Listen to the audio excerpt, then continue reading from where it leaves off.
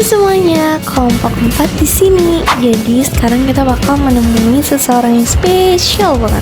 Penasaran gak sih siapa orangnya? Yuk tonton terus sampai habis. Sebelum kita masuk ke sesi wawancaranya, yuk kita kenalan sama beliau. Terima kasih Bu adik-adik bertiga sudah mau datang mewawancarai saya. Saya Dr. Francina Latumahina, S.Hud MP, IPU. Saya dosen di jurusan Kehutanan Fakultas Pertanian Universitas Patimura Ambon. Kebetulan jabatan saya saat ini juga di kampus adalah sebagai Ketua Pusat Studi Publikasi Universitas Patimura Ambon. Baik, jadi kami di sini memiliki beberapa pertanyaan yang mungkin bisa Ibu berikan tanggapan mengenai pertanyaan yang nanti kami berikan. Bisakah Ibu ceritakan tentang organisasi yang Ibu pimpin ini? Ya, jadi Pusat Studi Publikasi itu adalah salah satu pusat studi yang dibentuk oleh Universitas Patimura di bawah Wakil Rektor 1 bidang akademik yang sudah di-SK-kan oleh Rektor itu sejak 4 tahun kemarin, dan saya masih menjabat sebagai Ketua Pusat Studi Publikasi sampai sekarang.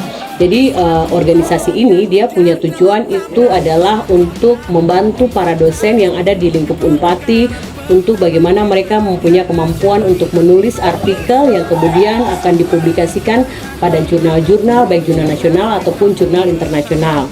Kemudian tugas yang kedua adalah untuk membantu jurnal-jurnal yang ada di Universitas Patimura Ambon menuju jurnal yang terakreditasi. Karena selama ini banyak jurnal-jurnal yang ada di program-program studi di Universitas Patimura Ambon itu dia belum terakreditasi. Dan juga masih banyak dosen-dosen di Unpati yang belum bisa secara baik menulis artikel-artikel untuk dipublikasikan pada jurnal nasional maupun jurnal internasional. Oleh karena itu, organisasi ini dibentuk untuk membantu para dosen dan membantu program-program studi untuk tujuan yang tadi saya sudah sebutkan. Pendengaran pertanyaan kedua. Ya, silakan. Boleh Ibu menjelaskan tujuan dari organisasi ini? Ya, seperti tadi yang saya sudah jelaskan awal bahwa Pusat Studi Publikasi ini dibentuk dengan tujuan itu hanya dua. Yang pertama itu adalah membantu para dosen di lingkup Universitas Patimura Ambon untuk bisa menghasilkan tulisan-tulisan yang berkualitas. Jadi kami akan mendampingi semua dosen di setiap program studi untuk bisa menulis artikel yang kemudian akan dipublikasikan pada jurnal nasional terakreditasi maupun jurnal internasional berreputasi. Karena seorang dosen di kampus itu mereka punya kewajiban adalah menulis artikel-artikel untuk dipublikasikan di jurnal untuk tujuan BKD atau mereka punya penilaian sebagai dosen ataupun pada saat mereka pengusulan pangkat, apakah itu sebagai rektor kepala ataukah itu untuk tujuan profesor. Kemudian yang kedua adalah membantu jurnal-jurnal di setiap program studi untuk bisa terakreditasi. Karena kewajiban dari setiap program studi itu adalah bisa memiliki jurnal-jurnal yang terakreditasi. Oleh karena itu, Pusat Studi Publikasi ini dibentuk untuk membantu dosen dan membantu program studi. Pertanyaan selanjutnya mungkin Ibu bisa menjelaskan beberapa kegiatan yang sudah kami lakukan. Oh ya, oke. Jadi setelah kami mendapat SK pembentukan Pusat Studi Publikasi dari Rektor Universitas Patimura Ambon 3 tahun kemarin, lalu banyak kegiatan yang sudah kami lakukan. Yang pertama adalah misalnya kami mendampingi para dosen di program-program studi, misalnya di program studi teknik, program studi kehutanan, program studi FPP Bahasa Inggris, program studi matematika. Kami melatih dosen untuk menulis artikel. Jadi seperti tadi saya sampaikan awal bahwa menulis artikel itu adalah sebuah kewajiban bagi para dosen dan tidak semua dosen bisa menulis yang baik. Oleh karena itu kami datang mendampingi, melatih sampai dosen benar-benar bisa menghasilkan sebuah tulisan yang berkualitas, lalu kemudian tulisan-tulisan itu dipublish di yang namanya jurnal tadi, apakah itu jurnal nasional yang diterbitkan di Indonesia ataupun jurnal internasional yang diterbitkan di luar Indonesia. Itu kegiatan-kegiatan kepada para dosen. Kami juga melakukan kegiatan pelatihan kepada para mahasiswa, karena mahasiswa Unpati saat ini juga diwajibkan bisa menulis artikel dari skripsinya. Jadi setelah mereka menyelesaikan tanggung jawab skripsi, mereka harus mempublish atau menulis artikel dari skripsi mereka untuk dipublikasikan di jurnal nasional saja. Memang tidak sampai pada jurnal internasional.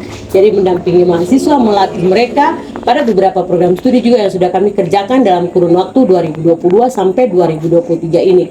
Dan kemudian juga kami mendampingi jurnal-jurnal yang akan mengusulkan akreditasi jurnalnya. Jadi kami melatih para pengelola jurnalnya, mendampingi mereka, membantu mereka sampai jurnalnya benar-benar terakreditasi. Dan semua dosen, semua pengelola jurnal mereka memberikan respon, memberikan dukungan juga terhadap pusat studi publikasi, sehingga akhirnya memang program-program yang kami rancang, yang kami laksanakan itu dia berhasil adanya. Mungkin untuk pertanyaan terakhir, apakah ada pesan atau informasi penting lainnya Ya. yang ingin Ibu sampaikan? Ya, jadi mungkin pesan yang bisa saya sampaikan kepada para dosen yang ada di lingkup Universitas Patimura adalah bahwa mari kita secara bersama-sama rajin dan giat untuk menulis artikel, karena artikel-artikel yang kita tulis itu semata-mata bukan saja untuk tujuan kenaikan pangkat ataupun tujuan administrasi seorang dosen, tapi juga bagaimana kita bisa menyampaikan kepada banyak orang hasil pikiran kita ataupun hasil-hasil penelitian kita, dan itu akan dibaca oleh banyak orang dan bisa menjadi sumber pembelajaran bagi masyarakat yang ada di dunia ataupun di Indonesia ataupun khususnya kita di Maluku. Karena para dosen itu banyak sekali melakukan penelitian-penelitian khususnya untuk wilayah Maluku. Dan kalaupun adik-adik yang masih bersekolah di jenjang SMA seperti adik bertiga ini juga bisa mendapatkan manfaat dari organisasi yang Ibu pimpin. Mengapa? Karena kan tadi Ibu sampaikan bahwa kami mengajarkan dosen untuk menulis artikel. Dan ketika dosen-dosen menulis artikel dan itu dipublikasikan, dan itu juga bisa jadi sumber bacaan bagi adik-adik di sekolah. Jadi misalnya saja ada dosen yang melakukan penelitian tentang keanekaragaman tumbuhan misalnya di Maluku. Nah, adik-adik dong bisa cari sumber-sumber jurnal itu untuk bisa membaca, lalu kemudian bisa jadi bahan belajar di kelas, misalnya pelajaran biologi kah, pelajaran IPA kah, pokoknya yang ada kaitan dengan sumber daya alam di Maluku. Adik-adik dong juga bisa baca dari hasil tulisan para dosen yang kami bantu untuk publikasikan di pusat studi publikasi. Mungkin begitu. Baik Ibu, mungkin itu saja pertanyaan-pertanyaan yang bisa kami berikan. Terima kasih sudah mau menerima kami untuk melakukan sebuah wawancara kepada Ibu. Kiranya Ibu mau diberikan kemudahan dalam setiap kegiatan, tugas dan tanggung jawabnya, serta mau diberikan kesehatan selalu. Terima kasih Ibu. Ya, terima kasih. Jadi kita akan